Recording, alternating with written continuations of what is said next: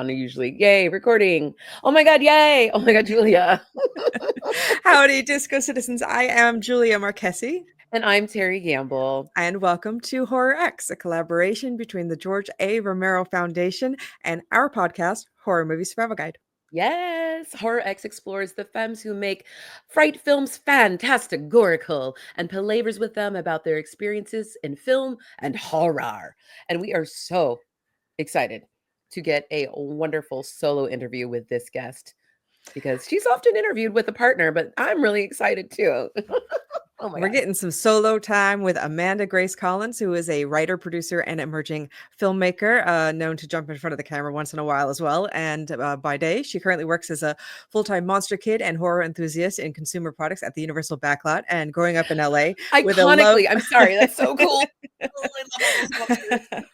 Growing up in LA with a love for film of all kinds, she started her career in music videos and indie productions. She has also worked with major studios and theme parks, and she grew up around like Disney and Warner Brothers. Combining her love for hosting events, writing, and horror, she wrote Castle on the Rocks, a Stephen King-themed cocktail book in 2019. Julia's cheering along. You see that, I know. Cause the wheel. We know. And up next, she and her partner are in pre-production for a series of horror shorts that will take place in Los Angeles, Paris, that's Paris for the rest of you, and Malta. Oh my goodness. Please welcome Miss Amanda Grace to Horror X. Hello. Yay. Hello. I feel like that was very Pan's Labyrinth. Like, hello. Eyes to north. We're so stoked. Amanda, you're one of the coolest people we know, and we're so happy to have you here. This has been a long time coming, and we were just like, perfect for the holiday. I did not know how perfect, but like the timing could not be more perfect because you're about to have a photo shoot today. And that's boxing. Yeah, this is just our life from November to January. We're just like holiday spirit all the time. You're the Christmas house. And I was just telling Amanda ahead of time here, I was staring into their beautiful space. Like, it looks better than the Willy Wonka experience. Like, you could charge people just to look at this. Like, just this section alone, already worth the cost of admission. Yeah, we have these like giant candies, and it's very insane. Okay, seriously, it's Willy Wonka. Like, it's so cool. You're living in magic. Don't bring your kids because they're just gonna disappear. Loompa. Honestly, some people are like, well, we'll all learn some lessons, though, won't we? You know. So, if you will, please, let's begin at the beginning of your love for film and love for horror in particular, and where it all began. Yeah, it began when I was a twinkle in my father's eye. He was a huge horror enthusiast, and he had this very appropriate curriculum for my brother and I, where it was Abbott and Costello Meet Frankenstein and Bad Monster Party and Army of Darkness, and just like slowly easing us in. And then shout out to my cousins Sarah and Melody, because they just came in and I was like 4 or 5 years old, and they're like, here's Poltergeist, here's It, like here's Exorcist. So it was it's a family affair, is what I'm hearing. It's a family affair, absolutely. But here's the question. I think that's very cool because, but did the ramping up of it allow you to digest them where you didn't get as scared, or were they still like big jumps? You were like, oh my God, Poltergeist. Oh my God, It, where there's like a jump where it's scary. There was a jump where it's scary. And then because those came in very early after the things that weren't scary, then when I would go back and watch something like Night of the Living Dead, I was like, oh, this isn't that scary. I just saw Poltergeist. But now as an adult, I can look at these films and see how monumental they are and what they did for the genre starting out. Whereas as a kid, I was like, wait a second, like, what's all the fuss? Like Exorcist, I was like, why are people passing out in the theater? Because, you see, you're hardened. You've seen it, man. You've seen some things. Tough little kid. I just imagine like one of those little kids just sitting there with like a cigarette, like, first time. But now as an adult, I'm still very sensitive. So I love the Universal monsters. I love Twilight Zone. I love watching all of this old horror, whereas jump scares and new horror, like anything, I love everything, but anything like after 1999, like we were talking about, it just It spooks me, but I like it. Okay. And I what support it. about on the gore side? The gore side, going back as well, anything before the 90s where it was just like this super gore, like Evil Dead or Street Trash, I love it. But now gore has gotten so crazy. Whereas my favorite film last year was the Damien Rugna. I When always Evil Lurks? I Where always mess evil up the lurks. When Evil Lurks. I always say Where Evil Lurks, and I'm like, it's When Evil Lurks. That was, it Yeah, that movie. just looks so real. It looks so real. So I That love was it, but it brutal. also like It's yeah, so it's beautiful. relentless. It don't stop, and it just gets grosser and grosser as the movie goes on. You're like, oh, is it gonna? Oh, yeah, it's gonna go worse. It's gonna get Yeah. gross. Yeah, incredible. I love it though. I love all of it. Give me Absolutely all the stunning. blood. Yeah, Yeah. yeah, agreed, agreed. So, what was the movie? I guess that like became your movie because it sounds like you were introduced and given a lot of things. What was the one that you first latched on that was like, this is for me now? Like, this is mine, not just something that's like been passed down to me from the generations. When did you take on the mantle of horror as your own?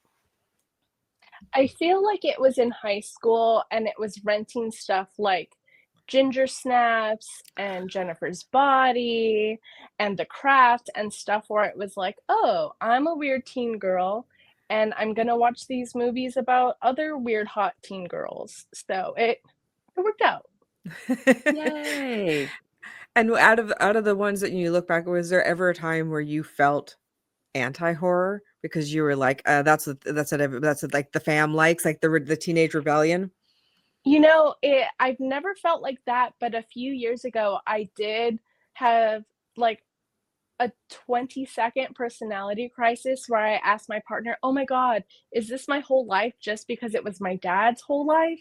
And Mm. then he just shook his head and was like, no, because if you didn't actually like it, you would be like your mom who doesn't watch any horror. And I was like, oh, okay. That makes You have a sense. no watching person in your household. Mom says I no. Oh do, no. yeah. How did she survive with Yeah. you all? She was very adamant that when we were small, my dad keep all of his Fangoria locked away, Mhm. but like the Playboy was still out, so I don't know. Okay, She all right. I got into it somehow.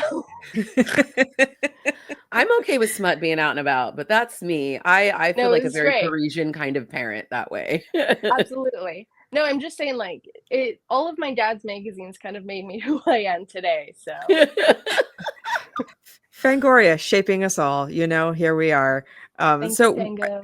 So when you were watching these movies, was there ever a point where you're like, oh, I would like to be in one, I would like to do makeup for one, I would like to do direct one, write one? What was the creative process thoughts like? I think when shot and video became a thing and found footage really came a thing when I saw the Blair Witch, and obviously we all thought that was real at first watching, but once I realized it wasn't real and I could just take a video camera out into the backyard or take it to the park and throw a fake blood on all of my friends, that's where the blood really hit the fan because I was like ready to go and constantly I was always writing stories since I was very small. I've been writing since I could hold a crayon, and I was always writing in sort of this horror literary space. But then when I realized I could just take my family video camera and also shoot things, I just knew I wanted to do it all. What kind of stuff did you use to shoot?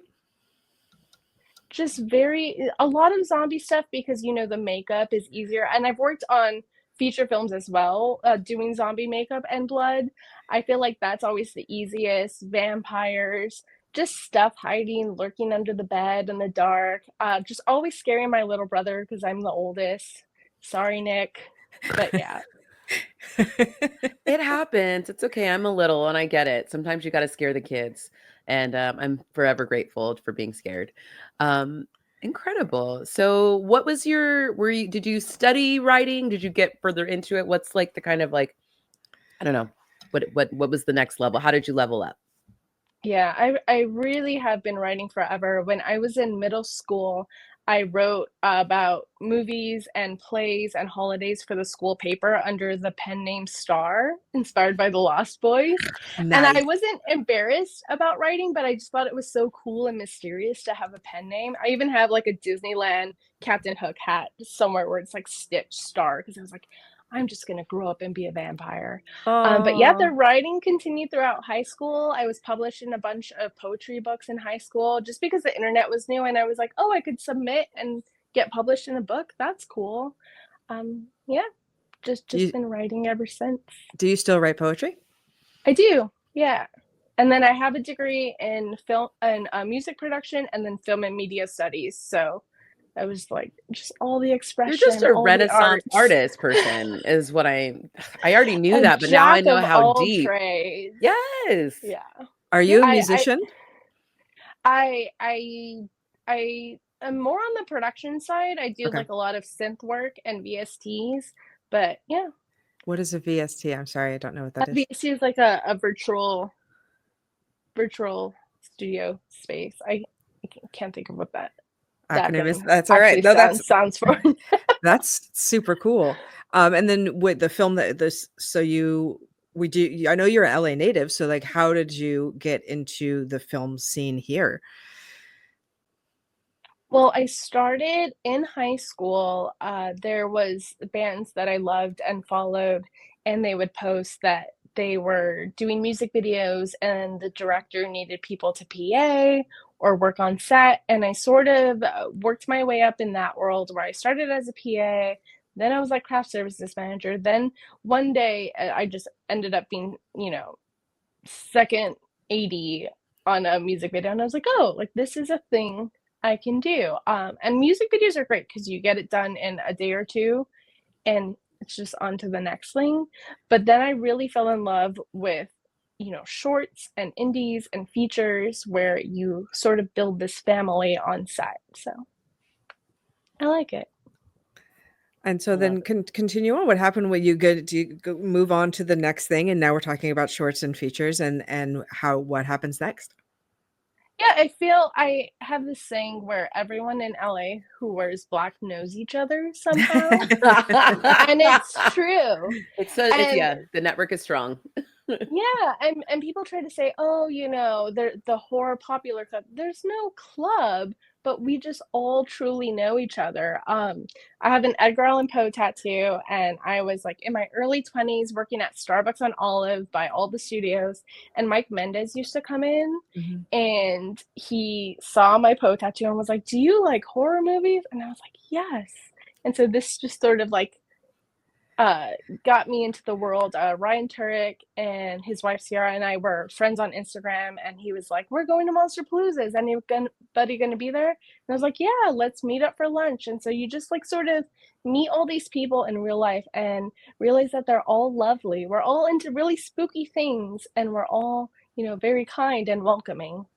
Yeah. What do you love specifically about the horror community? I love that we tend to not judge people.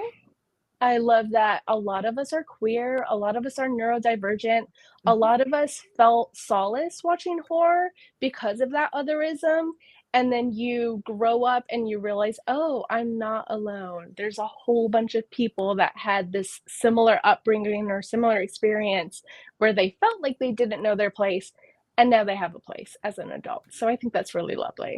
Yeah, I always tell the kids they're gonna find their people. I'm like, keep going. Yes. Keep going. It's okay. Like the weird thing that you like right now, because there's like a bunch of other people that are in the same boat. You're all gonna hang out with each other later, and it's absolutely true. And some of us find each other early, and then some of us find out that we have way more in common later. And then some of us, like Teri, are introduced to horror after the fact. And That's what I'm true. saying. By Julia.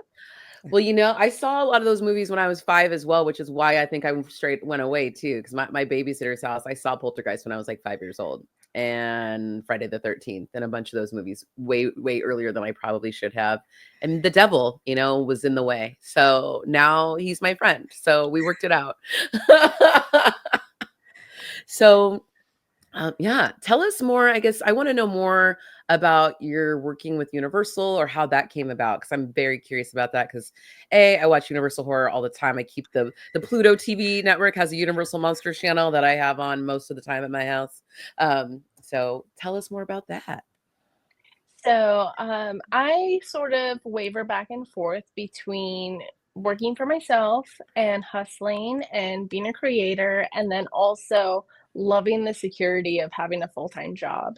And before Universal, I was working for Severin Films, We love and that's a Severin. great company, does so much for restoration, does such incredible accompaniments with their books and their essays. The packaging's beautiful, and it was great, but it was, such a small company, and it wasn't very stable. And so when I was let go from there, I said, okay, it's time to go back to a big studio where I can just sit at my desk, come in every day, and have great health insurance and be able to be paid for overtime.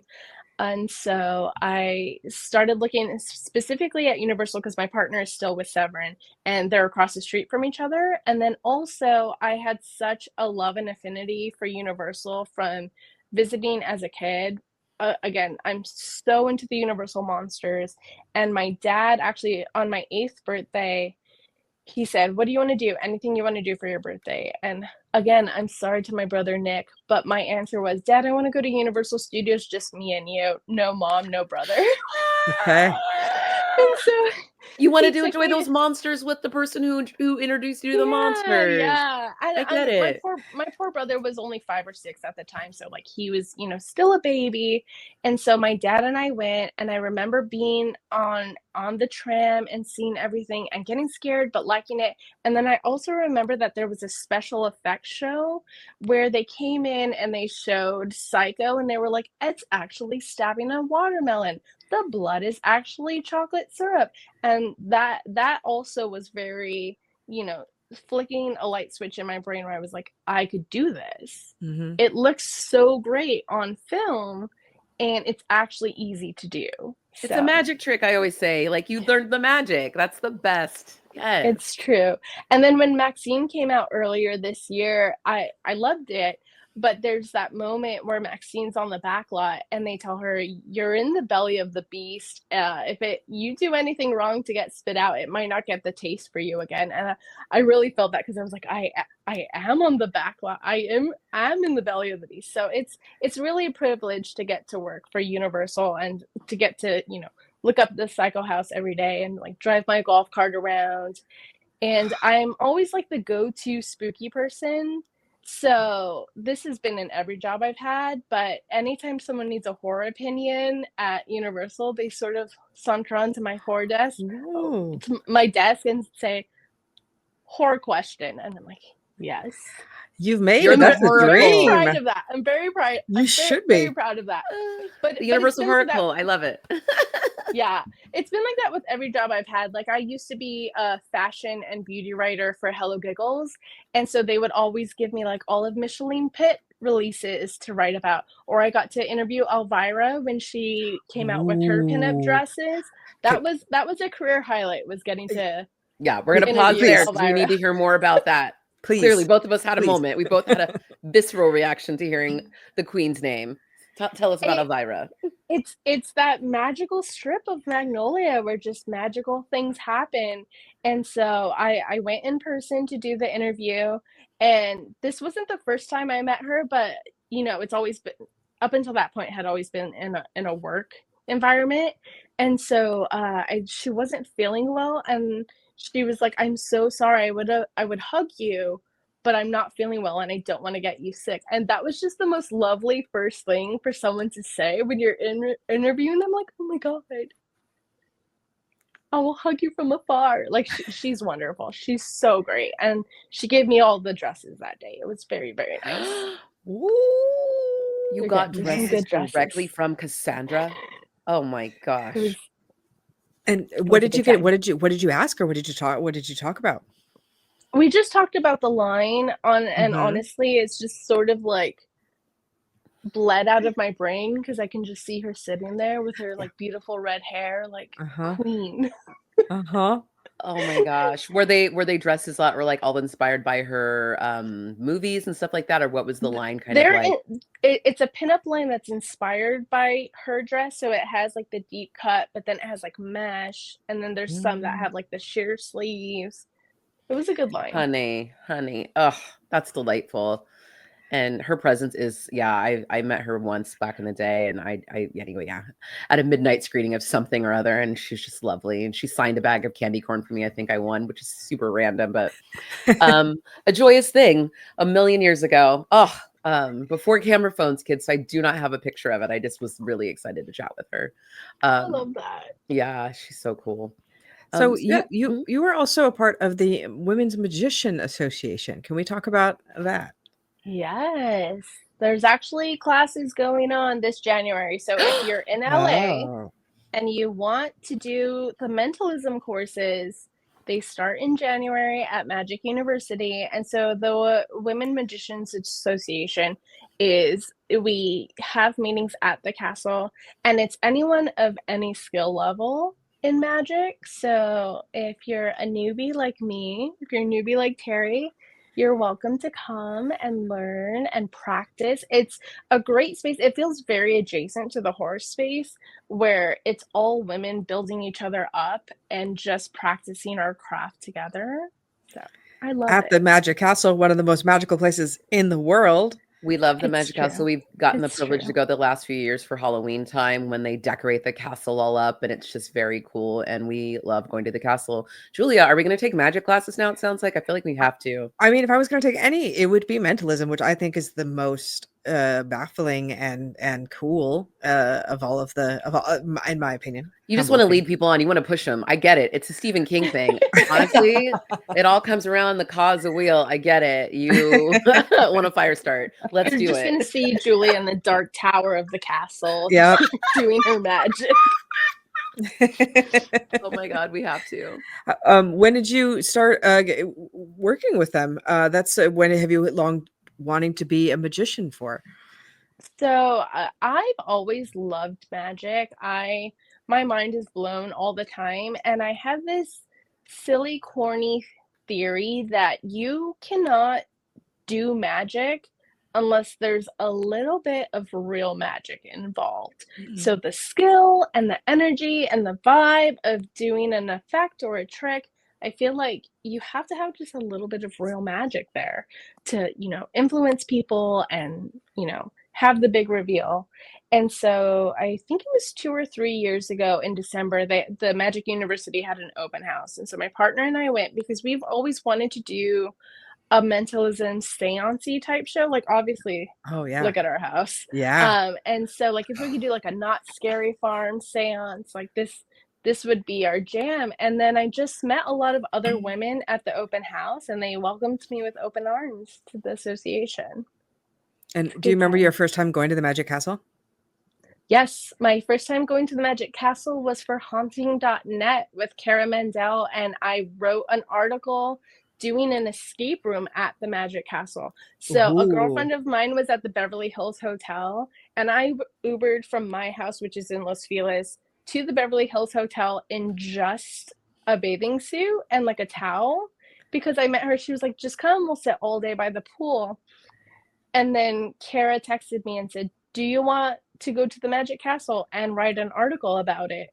And I was sitting at the pool in just a bathing suit. And so I took an Uber from the hotel, from the pool, to Ross on La Brea and Sunset. And I got a dress, a hat, and heels. And then I took an Uber from Ross to the Magic Castle, and we made it work. When the call comes, you have to be ready. That's the LA, baby. I try to tell people, and they're like, why do you have outfits in the back of your car? I'm like, because you don't know. Yeah.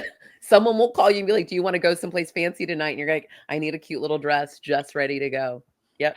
Speaking of, my partner took me, I think it's like the holiday spirit, but the other day he was like, I'm taking you on a fancy date. We're going to a steakhouse. And I was wearing my Frankenhooker shorts. Paul Bearer Press, I love your shorts. I was wearing my Frankenhooker shorts at the steakhouse, drinking a martini.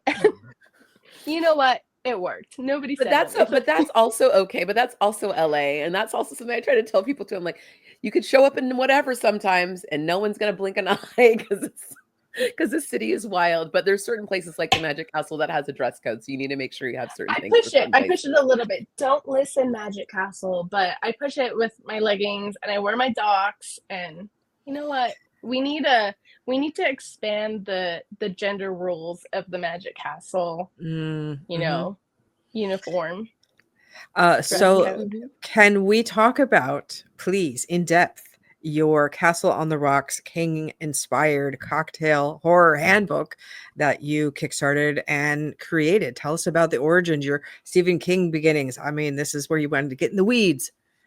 Yes. I am a Taurus first and foremost. My partner's also a Taurus. We love hosting. We love making drinks for people. We don't drink a lot. We have 2 full bars, like 2 full saloon bars, but we only drink when we host. And I think it was 2016 or 2017, I got a job at a bar downtown.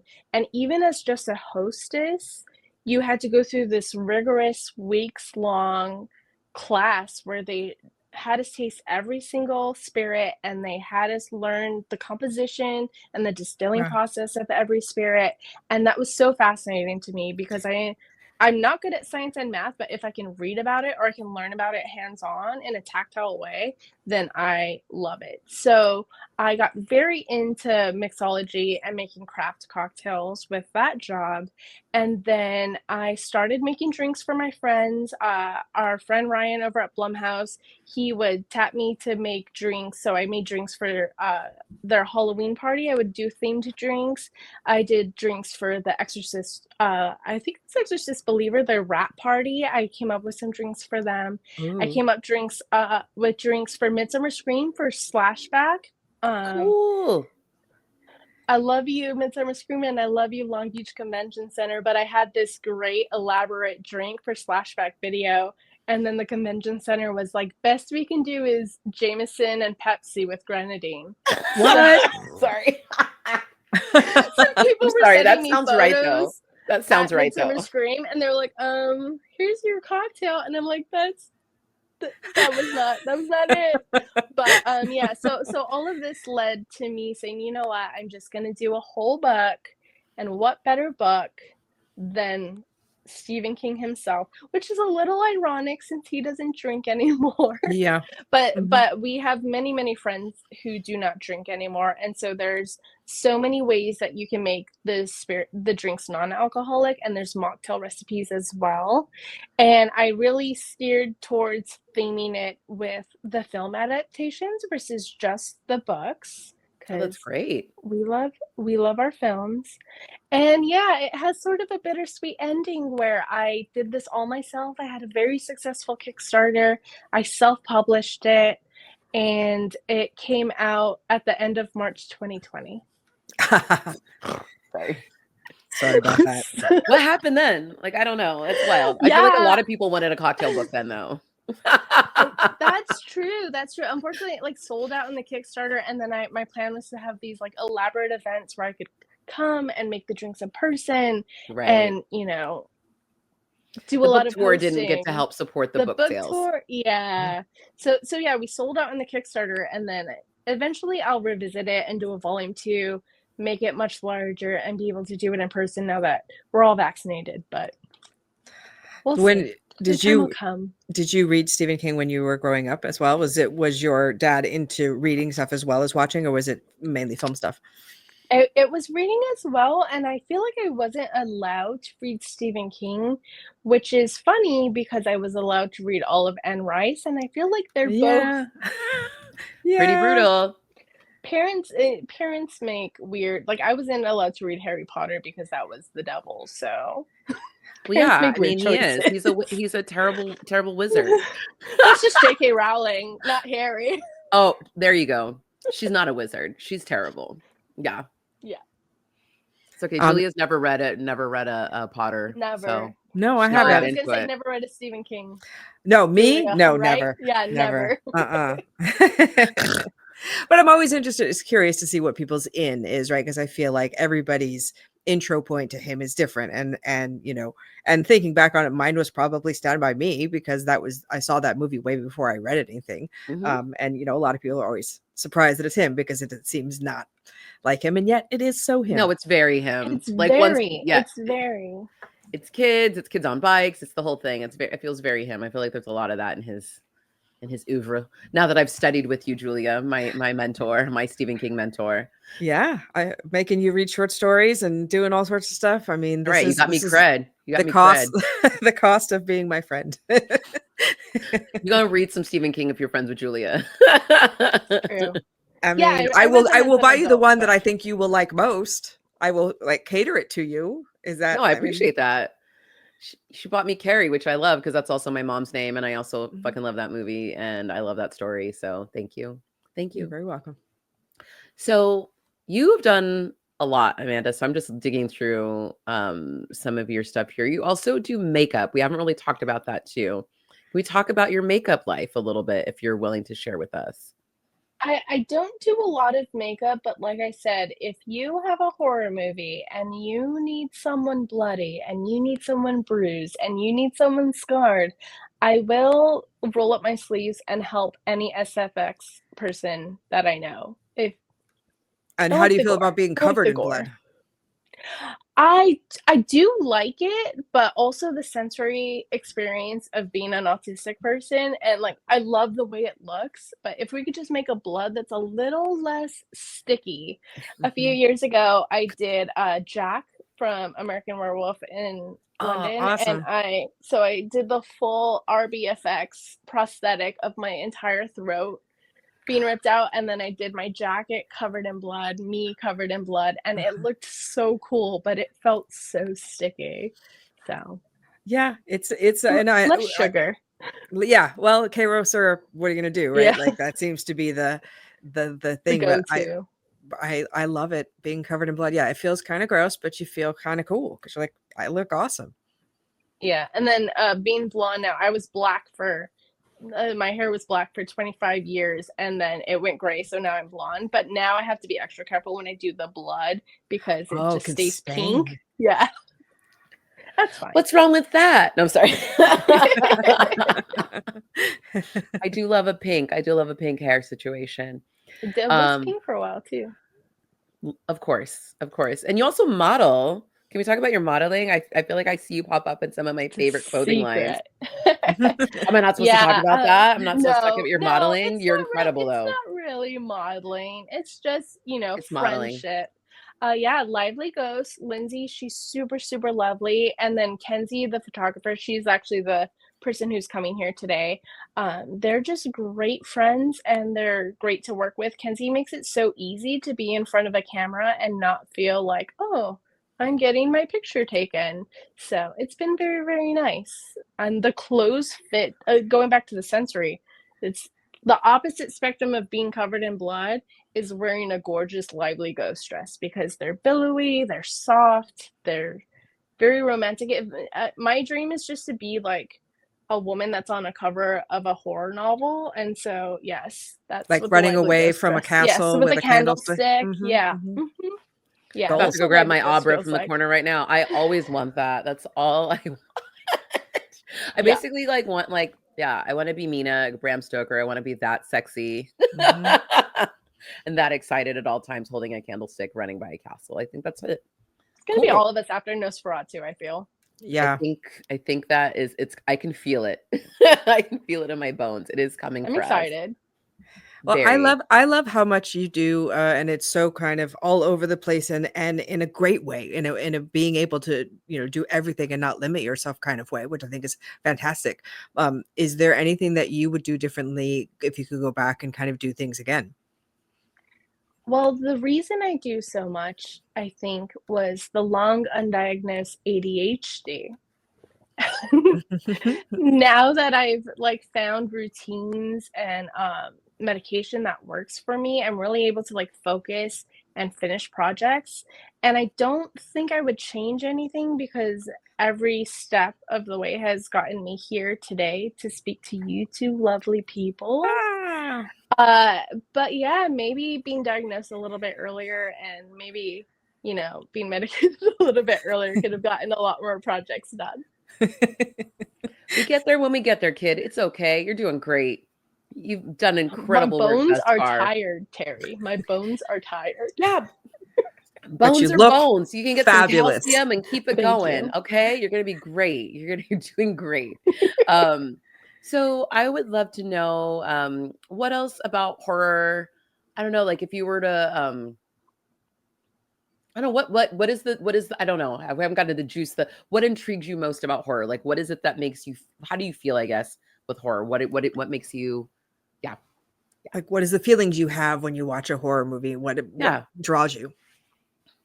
I feel like it's ironic that horror is sometimes portrayed as a very solitary thing. Like it's, the final girl, it's someone alone in the dark, it's someone behind you. And then in reality, horror makes you feel not alone.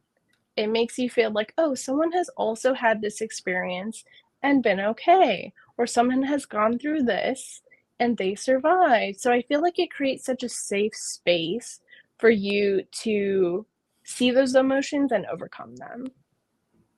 Totally. Empathy. Yeah. I think it's the empathy machine. Yeah, I agree. I think there is something amazing about that. And if you had to recommend a horror movie to someone who had never seen one, this is going to be their first intro point, what would you choose to recommend? I think it would really depend on the person because, you're not going to go out and say, there's such a huge spectrum of horror and we're so lucky to have so many different kinds. But I perhaps as like a coverall for most people, probably Mike Doherty's Trick or Treat, because you get so many little different vignettes and there's something for everyone in it. It's a little bit sexy, but then you also have like the kids, which is really heartbreaking. And so I feel like that is a fun one that is not super gory, but it's spooky enough that anyone can enjoy, and it's very Halloween time. You didn't say who your favorite Universal monster was, if I may ask. Oh. If I'm She's sorry, like, all making of them. you choose. I don't All of make them, you choose. all of her children. Look at the thoughts going. I love that. No, I love it. I know it's a hard decision. It's true. I think my favorite movies are either Abbott and Costello Meet Frankenstein, because it has all of them and I don't need to choose, or The Wolfman. Just Lon Chaney before he transforms is just like such a sympathetic, it goes back to the empathy thing. But obviously, no, can't choose, because then I'm like, but Dracula, but Frankenstein, but Bride, but Invisible Man, but Mummy. So it's very difficult. And what are some the of whole your Monster Squad? Oh yeah. And we also love Monster Squad.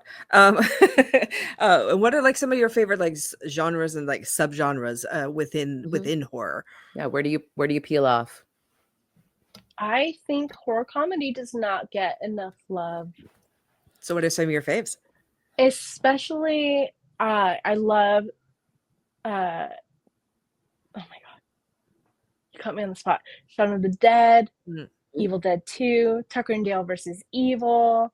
I also think horror comedy is a way, if you don't have a lot of money, to still make a really great horror movie. You don't need a big space, you don't need a big effect, and it's a lot easier for newer actors to approach a script that has some levity to it. So please, everybody, make more horror comedies. I know there's a lot of really dark settings. I feel like I think we've talked about this before too, where I'm like, oh, I've seen a lot of people's first films and they're usually really sad. And because I feel like every artist, as we do making our first piece of art, we have to like kill our demons, whatever those are. And it's like usually dealing with like the closest thing to loss that we have. And sometimes it's really hard to have an actor go there and really, deliver something like that. It can be really hard. And comedy is hard too, but in a different way. And I feel like it's just a little bit easier to achieve in that realm. I agree. Yeah, I'm also a fan of the musical horrors. Yes, so like us Reboot, too. Genetic Opera, Sweeney Todd. In college, I've always done writing, I've always done theater, I've always done music. In college, we did an all-female cast of Sweeney Todd, and it was very Tim Burton aesthetic. Oh, and we were all like also queer and in love with each other, and it was a beautiful time. That sounds hot as fuck. Who did you play? I played Mrs. Lovett, and shout out to my mom who would bring me a box of Porto's meat pies every night so that I would have real meat pies on stage. But like, it's hard for me to eat them now because I was like always like backstage scarfing the meat pie. Mrs. Lovett, dream role. You did it. Well done. We And it sounds like the coolest idea to do it We went to ever. Magic Castle, and Julia was Mrs. Lovett, and I was Sweeney I for love Halloween it. last year, which was super fun. So we love it too. We love it as well. That's so cool that you got to do that. So you have watched hundreds of horror movies in your lifetime. What is the scariest one you have ever seen? It goes back to When Evil Lurks. Okay. I'm so sensitive. I'm so sensitive when it comes to anything with kids and anything with animals. I'm just like the biggest baby. So I'm always like, oh. But it's They so got it well all in this executed that one. like it's such a good movie. But yeah, just that car scene. And then also I as an autistic person, seeing the autistic person trapped there, I'm like, that hit all the boxes for me. That was the scariest. That movie was incredible, and yeah, it's brutal and beautiful. Damien did such a great job. We were cheering when he won the Fangoria award Yes. this year. We were just like, ugh. I was at Julia's house and I like hugged the screen. Oh, he has a great segment in Satanic Hispanics as well. Mike Yes, Lewis's yes. anthology. We freaking love that movie too, and that was exciting. They had the cast there at Midsummer Scream this year, so I actually ran Yes. into Efren right outside, and I was like, "Oh my god, we had just done an episode on it as well for a horror movie survival guide." So such a great anthology. Awesome. So we got your scariest movie, we got your recommendations. Anything else you'd recommend? Any recommendations you would give to us specifically? Because we're always looking for other movies too. That's true. I feel like you both have seen everything at this point. No. Never see them all. That's the great thing about movies.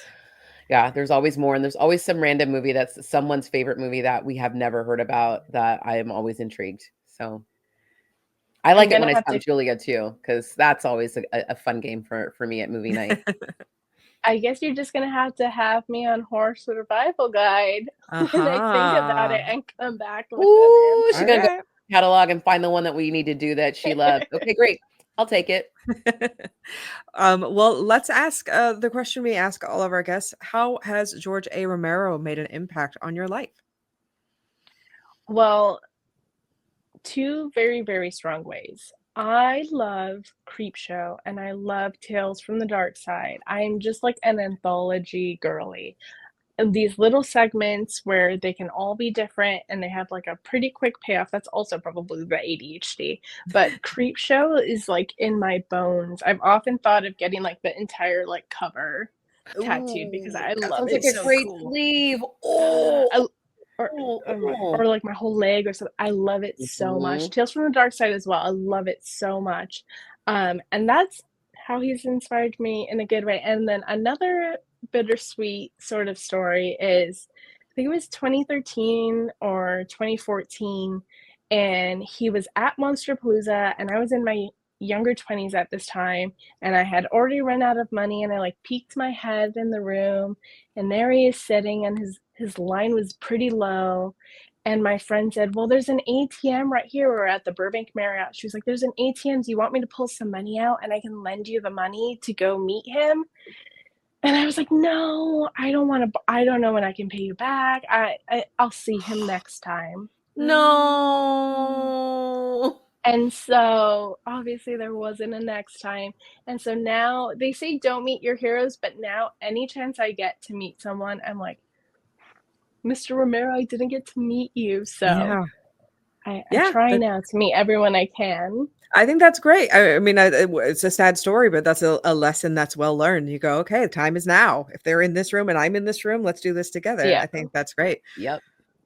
We see all these people at conventions all the time, and we just think that they're going to be there forever, and then we lose them. You just never know who it's going to be either, because some people we've lost way too soon too, and I feel that so acutely so many times. I mean, as I always talk about, I run karaoke, and I always tell the kids before I'm like, hey, sing the songs while you can, Give the people hugs while you can, because this is never promised tomorrow. Do you know what I mean? Because when people are like, oh, I'm too nervous, I'm too scared, I'm like, yeah, you live your life that way, or you could actually like enjoy it, because it's like there's no freaking guarantees. Go out and tell your friends you love them and make it weird.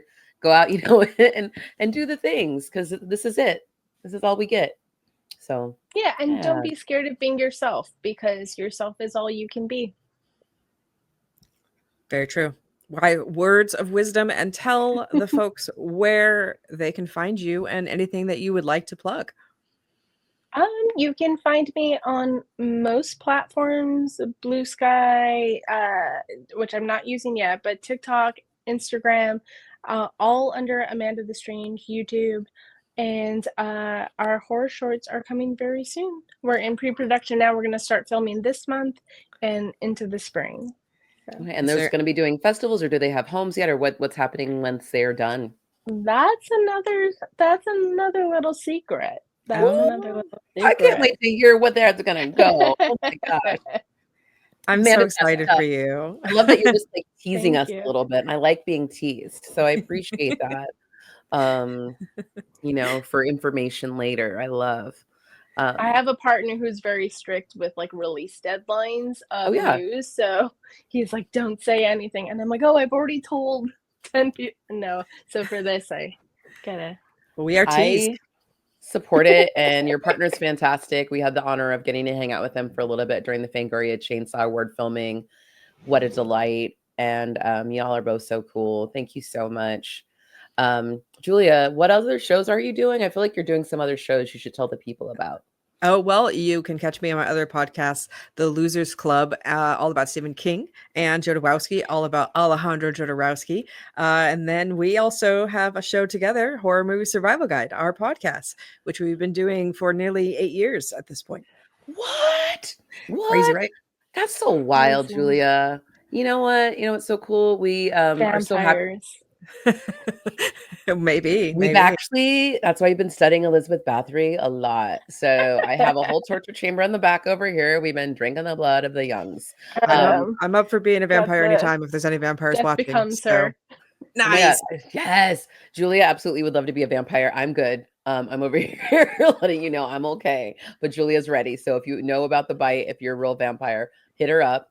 But if you want to also help filmmakers, why don't you hit up the George A. Romero Foundation? They are dedicated to restoring Romero's work, including seldom seen pieces from early in his career, like the amusement park, which we always love to champion, as well as keeping an archive and helping the next generation of young and fabulous filmmakers create their new works of art. So thank you to everyone for watching. Please do feel free to reach out to Julia or myself on the internets. We love to interact with you. We love suggestions, as we've been trying to pull so many from, as you see from every one of our guests. We always try to add something to our list to watch. Yeah. Thank you so much. We will see you next time, and we hope your days and nights are fantastic-oracle. Yes. That's me being a zombie. I don't know if that was anything, but that's for someone.